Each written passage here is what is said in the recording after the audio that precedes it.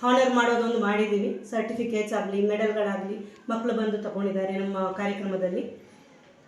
ಅದು ಕರ್ನಾಟಕ ಕಥಾನಕ ಮುಗಿದು ಸಾಮರ್ಥ್ಯ ಸಮರ ಮುಗಿದ ಮೇಲೆ ನಮ್ಮದೇ ಆದ ಸಂಸ್ಕೃತಿ, ಐತಿಹಾಸಿಕ ಈ ಒಂದು ವಿಷಯಗಳ ಬಗ್ಗೆ ನಾವು ಒಂದು ಅರಿವನ್ನು ನೀಡಬೇಕೆಂಬುದರಲ್ಲಿ ನಮ್ಮ ಜಾನಪದ ತಂಡದವರು, ಡೊಳ್ಳು ಕುಣಿತ ಅವರು ಮತ್ತು ನಮ್ಮ ಶಾಲೆಯ ಮಕ್ಕಳೇ ಆಗಲಿ ಹಲವಾರು ವೇಷಭೂಷಣಗಳು, ಪ್ರಸಿದ್ಧ ವ್ಯಕ್ತಿಗಳ ವೇಷಭೂಷಣಗಳನ್ನು ಧರಿಸಿ ವೇದಿಕೆಯ ಮೇಲೆ ಒಂದು ಪ್ರತ್ಯಕ್ಷವಾಗಿ ಒಂದು ಶೋವನ್ನು ನೀಡಿದರು.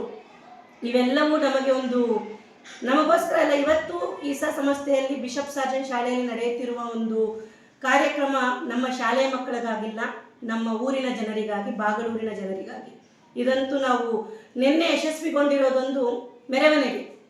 ಈ ಮೆರವಣಿಗೆಯಲ್ಲಿ ಭಾಗವಹಿಸಿರೋ ಎಲ್ಲ ಪೋಷಕರಾಗಿರ್ಬೋದು, ನಮ್ಮ ಶಿಕ್ಷಕರಾಗಿರ್ಬೋದು, ವಿದ್ಯಾರ್ಥಿಗಳಾಗಿರ್ಬೋದು, ಸುಮಾರು ಬಾಗಲೂರು ಸುತ್ತಮುತ್ತ ಇರುವ ಗ್ರಾಮಗಳು, ಯಡಿಯೂರು, ಮಾರೇನಹಳ್ಳಿ, ಮಾರ್ಸಂದ್ರ, ಮರಳುಕುಂಟೆ ಮತ್ತು ಚೊಕ್ಕನಹಳ್ಳಿ, ಇಂಥ ಎಲ್ಲ ಊರುಗಳಿಗೂ ಗ್ರಾಮಗಳಿಗೂ ಹೋಗಿ ನಾವು ನಮ್ಮ ಒಂದು ಕರ್ನಾಟಕದ ಸಂಸ್ಕೃತಿ, ಇತಿಹಾಸದ ಒಂದು ಕಲೆಯನ್ನು ರೋಡ್ ಶೋ ಥರ ಮಾಡಿ ಯಶಸ್ವಿಗೊಂಡಿದ್ದೀವಿ.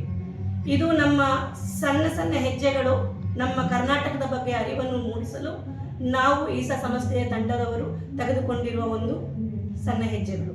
ಇನ್ನು ಮುಂದೆ ಈ 69ರಲ್ಲಿ ನಾವು ಶುರು ಮಾಡಿರೋದನ್ನು 70, 71 ಅಂತ ನಮ್ಮಲ್ಲಿ ಸಾಧ್ಯವಾಗುವಷ್ಟು, ನಮ್ಮಲ್ಲಿ ಜೀವವಿರುವಷ್ಟು ಕರ್ನಾಟಕದ ಹೆಮ್ಮೆಯನ್ನು ಖಂಡಿತವಾಗಲೂ ಎಲ್ಲ ಮಕ್ಕಳಿಗೂ, ಎಲ್ಲ ಜನರಿಗೂ ನಾವು ಸೇರಿಸುವಂಥ ಒಂದು ನಿರ್ಧಾರವನ್ನು ತೆಗೆದುಕೊಂಡಿದ್ದೇವೆ.